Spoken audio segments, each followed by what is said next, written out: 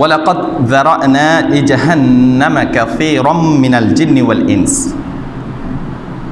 অতঃপর নিশ্চয় যারা'না লিজাহান্নামা, যারা'না মানে ইমাম কুরতুবী তাফসীরে কুরতুবীতে ঘোষণা করেছেন খালাকনা, অর্থাৎ নিশ্চয় আল্লাহ সৃষ্টি করলেন লিজাহান্নামা, জাহান্নামে দেওয়ার জন্য, কাসীরাম মিনাল জিন্নি ওয়াল ইনস, প্রচুর পরিমাণে জিন জাতি, প্রচুর পরিমাণে মানুষ জাতিকে আল্লাহ সৃষ্টি করেছেন জাহান্নামে দেওয়ার জন্য।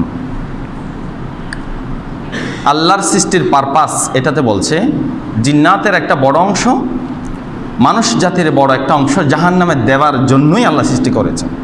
কারণ জাহান্নামের আগুন জ্বলবে পাথর এবং মানুষ দিয়ে, মানুষের হাড়, মানুষের শরীর দিয়ে জাহান্নামের আগুন জ্বলবে।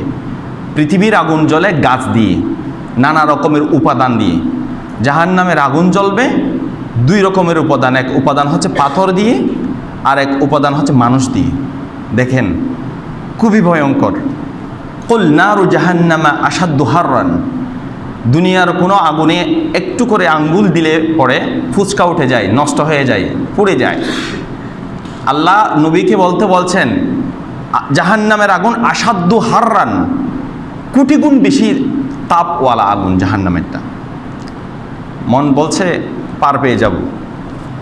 আল্লাহ সে কঠিন মেসেজগুলো কোরআনে দিয়ে রেখেছেন। তা আল্লাহ প্রচুর পরিমাণে জিন্নাত এবং মানুষ জাতিকে জাহান্নামের জন্য সৃষ্টি করেছেন। কোন ধরনের জিন, কোন ধরনের মানুষ?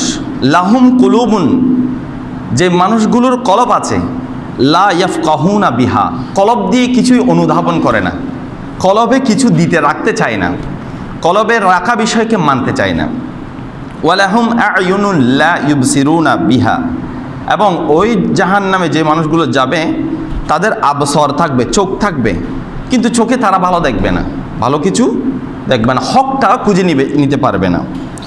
ওয়ালাহুম আযানুন লা ইয়াসমাউনা বিহা, তাদের দু কর্ণ থাকবে, কান থাকবে, কিন্তু হকের মেসেজ তাদের কান দিয়ে ঢুকবে না। এগুলো সিফত বর্ণনা করছেন, সিফতে জমিমা, জাহান্নামীদের সিফত বর্ণনা করছেন। উলাইকা কাল আনআম, আল্লাহ বলছেন ওই মানুষ, দেখতে মানুষ কিন্তু তারা হচ্ছে চতুষ্পদ জন্তু। উলাইকা কাল আনআম, তারা জন্তুর মতো, হাইওয়ানাতের মতো। বাল হুম আদল, আল্লাহ বলছেন শুধু হাইওয়ানাত না, চতুষ্পদ জন্তু না, এর চেয়ে আরো বেশি নিকৃষ্ট। উলাইকা হুমুল গাফিলুন, তারা সবসময় বেমালুম আল্লাহকে বলে থাকে। আল্লাহ এখানে তসবিহ দিচ্ছেন, আল্লাহ এখানে সাদৃশ্য দিচ্ছেন, মেসাল দিচ্ছেন মানুষকে চতুষ্পদ জন্তুর সাথে। বড় আজীব ব্যাপার, মানুষ কেমনে চতুষ্পদ জন্তু হয়? কিন্তু মানুষের কর্মে মানুষ চতুষ্পদ জন্তু হয়ে যায়, আবার মানুষের কর্মে মানুষ আল্লাহর বলি হয়ে যায়। মানুষের কর্মে মানুষ অসাধারণ বান্দাতে পরিণত হয়, মানুষের কর্মে মানুষ একদম নিকৃষ্ট দানবের মতো পরিণত হয়ে যায়। দেখেন এই আয়াতে বুঝলেন আল্লাহ মানুষ সৃষ্টি কি জন্য করেছেন? জাহান্নামে দেবার জন্য। কোন মানুষগুলোকে? যে মানুষ কান আছে, শোনেন আল্লাহর কথা, হৃদয়ে আছে, হৃদয়ে আল্লাহর কথাগুলোকে স্থান দেয় না। তারপরে চোখ আছে, আল্লাহ যেগুলো দেখতে বলেছে সেগুলো দেখে না, যেগুলো দেখতে বলে না সেগুলো দেখে। এই মানুষগুলোকে আল্লাহ জাহান্নামের জন্য সৃষ্টি করেছেন।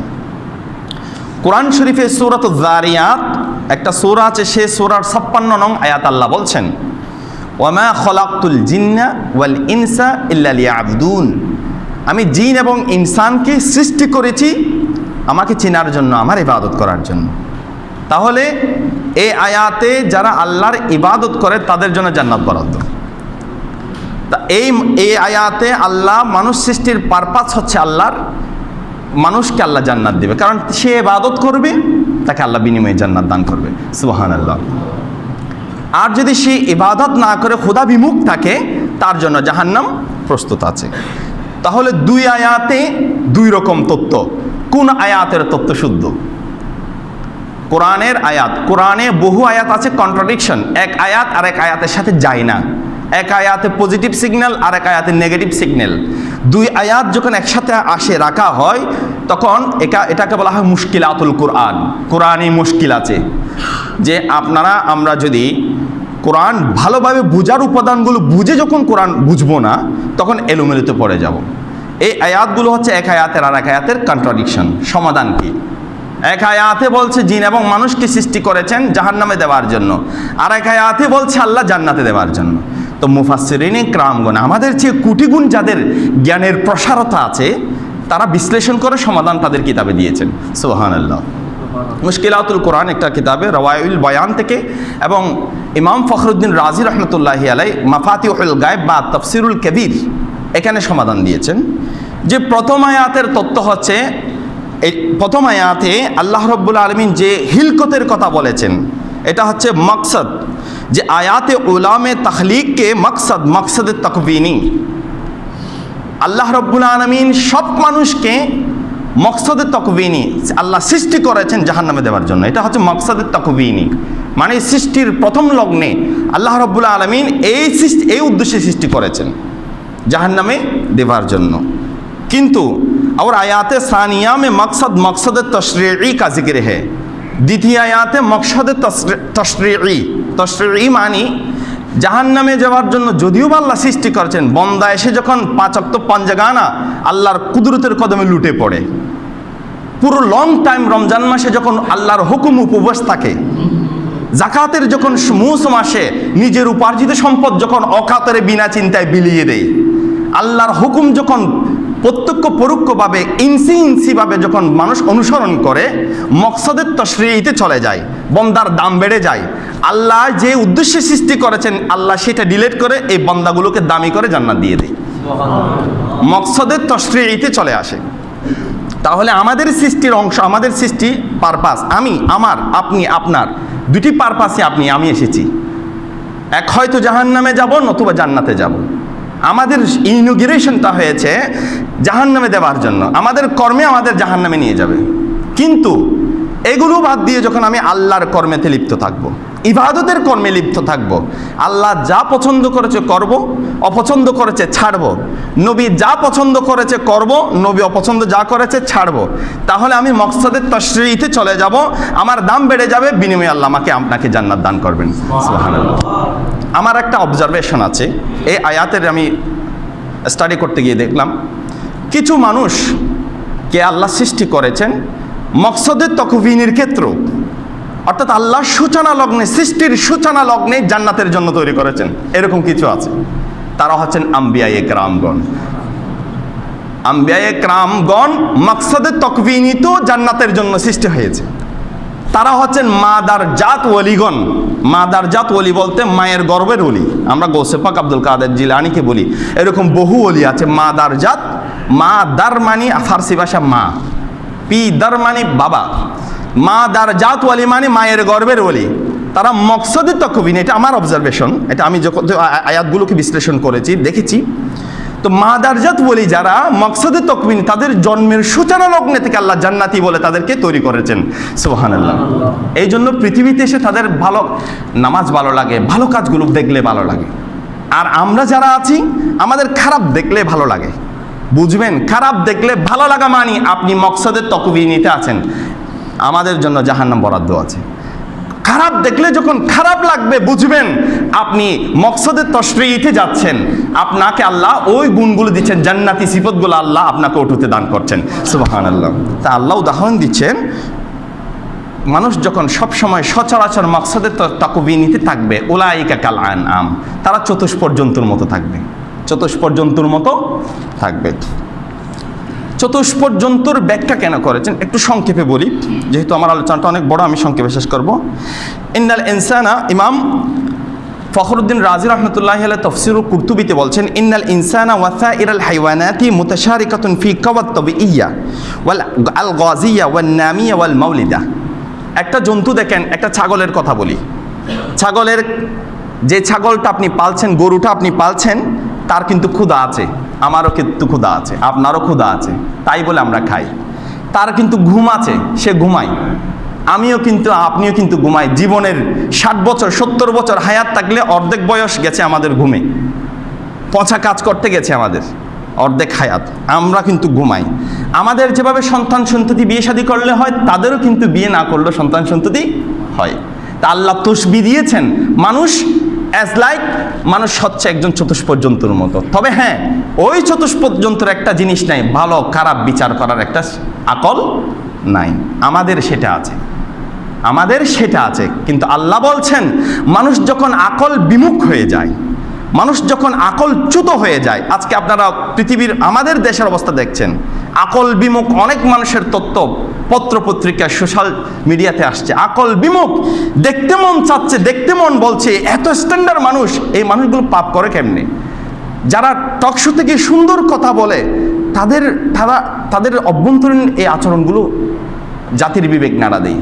দেখেন, আমরা পোশাকে কিন্তু খুব ভদ্র, আমরা অন্ধকার রুমে গেলে আর ভদ্র থাকি না, আমরা আল্লাহকে ডরাই না, সেজন্য যা মন চায় তাই করতে পারি। আল্লাহ বলছেন পোশাকে তুমি ভদ্র হলে চলবে না, ওয়াযারু মা যাহিরাল ইসমি ওয়া বাতিনা, তুমি বাহিরের পাপ যেভাবে মানুষের লোকে লজ্জায় ছাড়ো, ভিতরের পাপগুলো আল্লাহর লজ্জায় ছেড়ে দাও। ওয়াযারু মা যাহিরাল ইসমি ওয়া বাতিনা। আজকে আমরা বাহিরের পাপগুলো ছেড়ে দিচ্ছি, কিন্তু রুমের ভিতরের পাপগুলো ছাড়ছি না, যার কারণে মহামারীর মতো বড় বড় মহামারী আমাদেরকে আঘাত করছে। আমাদের বুদ্ধোদয় হওয়া দরকার। চতুষ্পদ জন্তুর আখলাক আমাদের যেন না আসে। কেন জানেন? এ দেখেন, আমাদের এই 3.5 হাতের বডি, এটা কিন্তু পৃথিবীতে তৈরি হয়েছে। আমার মা বাবা পৃথিবীতে ছিল বিদায় তাদের বৈধ সম্পর্কে আমি এসেছি। বডিটা পৃথিবীতে থেকে তৈরি হয়েছে, কিন্তু এই বডিটা সক্রিয় হওয়ার জন্য এখানে একটা রু আছে। রুটা চলে গেলে আমাকে এক টাকার মূল্য কেউ দিবে না, তাড়াতাড়ি দাফন করবে, কারণ রু বের হয়ে গেলে বডির কোনো দাম নাই। তাহলে মনে করেন রুটা কোন দেশি, বডিটা মেড ইন বাংলাদেশ, ধরলাম বাংলাদেশে জন্ম হওয়ার কারণে, আমেরিকা তাহলে মেড ইন আমেরিকান। এখন বডিটা হচ্ছে মেড ইন বাংলাদেশ, রুটা মেড ইন কিসের? আমার নবীকে জিজ্ঞেস করা হয়েছিল, ইয়াসআলুনাকা আনির রূহ, নবী আমি আপনাকে বলছি, কাফের সম্প্রদায় আপনাকে জিজ্ঞেস করবে রূহ সম্পর্কে, এই রুটা কোন দেশি? আপনি বলুন, কুলির রূহ মিন আমরি রব্বি, এটা খুদাই দেশি, এটা বিনদেশি, এটা পরদেশি। পরদেশির রূহ আমাদের মেড ইন বাংলাদেশি শরীরে আল্লাহ দান করেছেন এখানে বিচরণ করার জন্য সুন্দরভাবে। সুবহানাল্লাহ। তাহলে দেখেন, পরদেশি রূহ, মনে রাখবেন রুটা কোন দেশি? বিনদেশি। আর রূহ ইনদা ইলাহিল আরশি মাবদাউহু, ইমাম ফখরুদ্দিন রাজি বলছেন রুটার শুরু হচ্ছে আল্লাহর আরশ থেকে। আমাদের প্রত্যেকের রূহ আরশে ইলাহির হুকুমে পৃথিবীতে এসেছে। ওয়াতুরবাতুল আরদি আসলুল জিসমি ওয়াল বাদানি, এই বিনদেশি রূহ দেশি শরীরের মধ্যে এসে আশ্রয় গ্রহণ করেছে, মাটির তৈরি শরীরে আশ্রয় গ্রহণ করেছে। বিনদেশি রূহ স্থায়িত্ব আছে, যে কোনো মুহূর্তে চলে যাবে।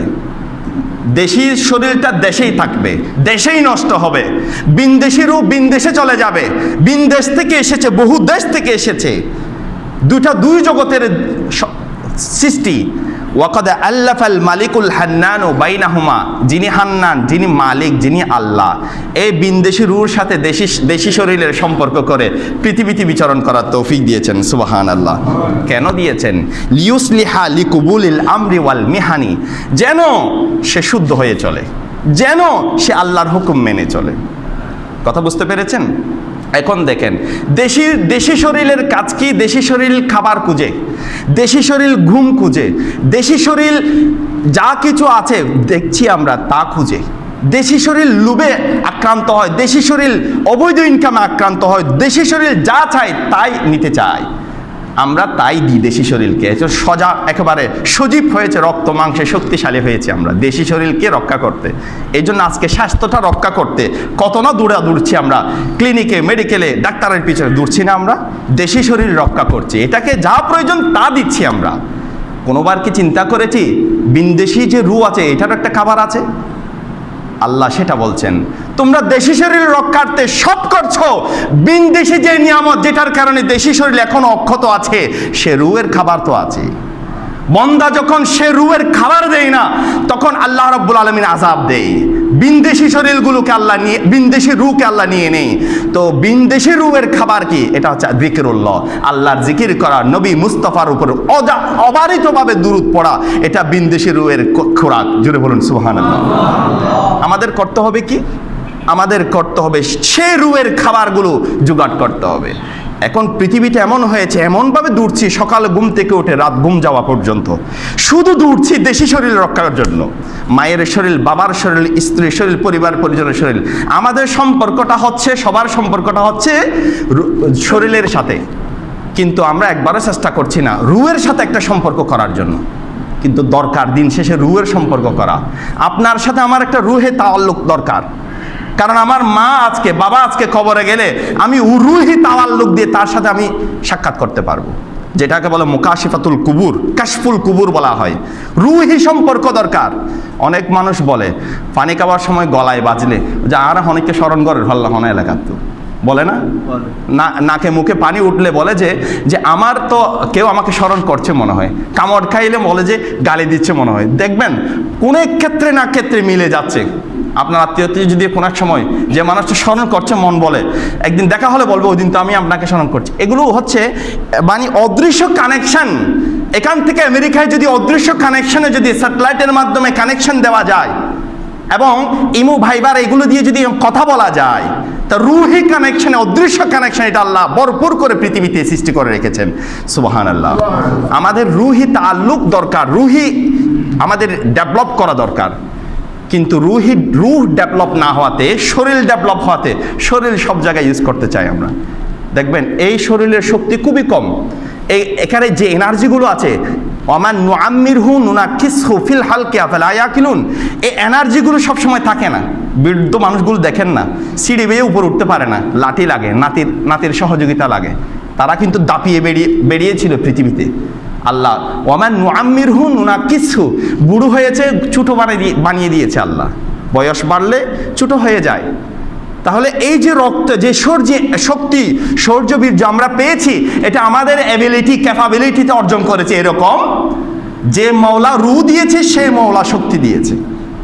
তো বন্দা যখন পলায়েট থাকে, বন্দা যখন আল্লাহকে ভয় করে, বন্দা যখন আল্লাহর বিধিবিধান মেনে চলে, আল্লাহ তার দেহ যেভাবে শক্তিশালী করে, তার রূহকে শক্তিশালী করে দেয়।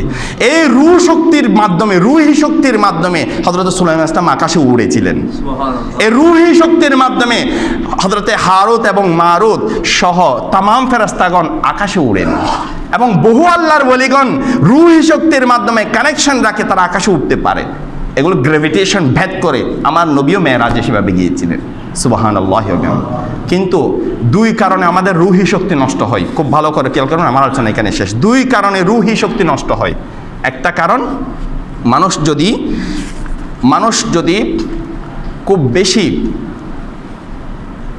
যৌন লিপ্সায় লিপ্ত হয়ে যায়, খুব বেশি অযাচিত শয়তানের কার্যে লিপ্ত হয়, শাহওয়াতে গালেব হয়। আর শাহওয়াতু ওয়াল গাদাবু খাসলাতাল হাইওয়ানাত। শাহওয়াত মানে কুপ্রবৃত্তিতে, যৌবক হওয়ার পর থেকে মৃত্যুর আগ পর্যন্ত মানুষ যদি শাহওয়াতে, কুপ্রবৃত্তিতে, বেবিচারে, গুনাতে লিপ্ত হয়, তার রূহি শক্তি নষ্ট হয়ে যায় এবং সে উলাইকা কাল আনআম, চতুষ্পদ জন্তুর মতো হয়ে যায়। জোরে বলুন নাউজুবিল্লাহ। হাসলাতু শাহওয়া, শাহওয়াতের কুপ্রবৃত্তির টান মানুষকে চতুষ্পদ জন্তু বানিয়ে ফেলে। এটা এই স্বভাব আমাদের রাখা যাবে না, মনে রাখবেন। আরেকটা হাসলত হচ্ছে রাগ করা। এটা আমি কিতাবে পেয়েছি, আদ্দা ওয়াদ দাওয়া। ইমাম ইবনুল কাইয়্যুম আল জাওজিয়্যা তিনার কিতাবের মধ্যে তিনি উল্লেখ করেছেন, একটা হচ্ছে কুপ্রবৃত্তির টান, আর একটা হচ্ছে রাগ। এই দুই কারণ, এই দুইটা রূপ, যেগুলো অদৃশ্য রূপ, এই রূপগুলো মানুষকে চতুষ্পর্যন্ত বানিয়ে দেয়। জোরে বলুন নাউজুবিল্লাহ। তিনি বলছেন, ইন্নামা উখরিজাত আবওয়াইহিম মিনাল জান্নাতি বিশাহওয়া। তোমাদের বাবা আদম হাওয়াকে দেখো, জান্নাত থেকে চলে আসতে হয়েছে। কেন? বিরাট একটা কারণ। ওয়া ইন্নামা উলকিয়াতিল আদাওয়াতু বাইনা আওলাদিহিম বিল গাদাবি ফাবিহা কুতিয়াত আরহামুহুম।